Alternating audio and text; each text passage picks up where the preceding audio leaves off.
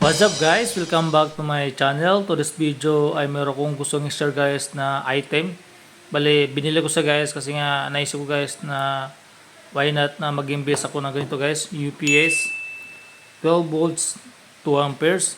Kasi ang gusto mangyari guys kung sakali na magkaroon ng blackouts or brownout ay tuloy pa rin yung aking internet connection like modem na meron pa rin siyang power supply kahit naka-turn off ang aking mga PCI window kasi nga boring naman guys no na blackout tapos wala pang internet connection kahit pa paano na yung modem lang ang naka-turn on. Bali yun na guys, gusto ko lang i-share guys na itong item na baka sakali na trip niyo bumili or gusto niyo mag-invest na ganito guys, at least meron kayo idea kung sulit ba talaga na bumili na ganito guys or mag-invest. Bali napansin ko guys no wala siyang indicator. Hinahanap ko guys, wala sa indicator kung paano malaman kung low bat na siya or full charge. Kaya ang ginawa ko guys ay sinaksak ko siya ng buong araw. Bali according sa kanyang description guys ay kaya niya mag power on ng at least 8 hours ang ating modem or wifi router. Pero hindi ko sure kung kaya ba talaga 8 hours. Ngayon buong araw ko sa charge and I'm sure na full charge na ang kanyang battery. Kaso yun na nga, wala sa indicator kaya gina-expect ko guys na full charge itong ating UPS. Bali nakalagay dito guys na pwede sa isaksak sa 110 to 240 volts para i-charge. And ang kanyang output ay 12 volts and 2 amperes. Para sa akin guys no, mas maganda sa gamitin sa IP camera na CCTV. Kahit pa paano guys na magkaroon ng blackouts or brownout ay tuloy-tuloy pa rin yung recording ng ating IP camera, CCTV. Pero sa ngayon guys, gagamitin ko siya sa ating modem. Bali, for example guys, itong ating modem, same base, gumusim ang kanyang SIM card. And subukan natin guys kung kaya niya ba talaga na i-power on itong ating modem within 8 hours. According lang sa description na guys no, kaya magbibigay tayo ng feedback kung kaya ba talaga. Balik natin saksak guys kung kaya i-turn on. Yan. So naka-turn on sa guys. Tingnan natin kung kaya na i-turn on itong ating globe modem. So wala pa sang signal.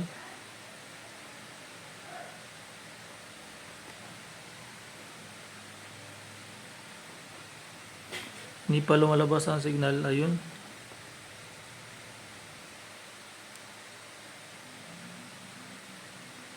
Bali, naka-turn on ng ating modem. Meron siyang signal, 3 bars. Kasi malakas dito ang signal ng GOMO. Bali, ngayon guys, anong oras ay 1:52 PM, Thursday. And expected natin guys na dapat pagdating sa 8:52 ay naka-turn on pa rin siya guys. Kasi nga 8 hours yung kanyang capacity. Pero kung lumampas tayo guys, umabot tayo ng mga 9:53 naka-turn off siya, ibig sabihin lowbat na talaga itong ating UPS. Pero subukan natin guys na bumalik at least mga 7. So meron tayong, hindi ko sure kung meron tayong mga 6 hours kung di pa rin mamatay itong ating modem. According lang sa kanyang description guys sabi niya maximum 8 hours, ibig sabihin possible na di siya aabotan 8 hours.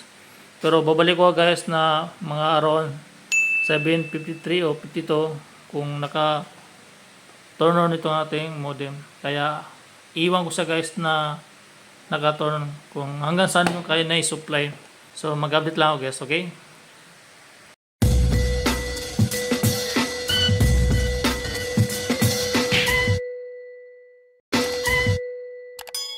Bago lang namatay ang ating modem. Bali ang oras guys ay 8:43. Bali kanina guys ay 1:52 PM. Ngayon guys ay 8:43. So estimate ko guys ay umabot siya ng mga 7 hours kung di ako nagkakamali guys. So ibig sabihin guys ay medyo legit yung kanilang description na abot siya ng 8 hours. Feeling ko guys okay naman siya and umabot naman siya ng 7 hours. Bali sulit yung nabili natin guys. Bali dahil low bat na siya guys and isaksak natin para mag turn on. at mag-charge na rin. Yan. So dapat mag-turn on yung ating modem. So ayun, naka-turn on na. Hintayin natin mag-load. So habang nakasaksak guys, nag-charge na siya and kailangan na steady lang siya nakasaksak. Just in case na mag-blackout ay meron siyang backup na power supply. Ayun, naka-turn on na siya kasi nga sinaksak ko siya sa outlet. Bali, buksan natin guys kung anong meron sa loob guys. And ano yung makikita natin guys. Bali, tanggalin muna guys and buksan natin guys. Okay? Okay guys, buksan natin guys kung anong meron sa loob dito guys. Bali, ang kanyang power cord ay aabot siya ng 5 meters. Kaya medyo malayo naman guys and mahaba siya. So, buksan natin guys. Bali, paano ba ito buksan? Bali, ito ang kanyang guide guys. Meron makita guys na pwede siya buksan yung slide. Bali, pakiangat ito guys. And then hilahin. Yan. Ayun, nabuksan natin. Bali, ito ang kanyang battery. So, hindi ko siya matanggal. Nakadikit siya guys.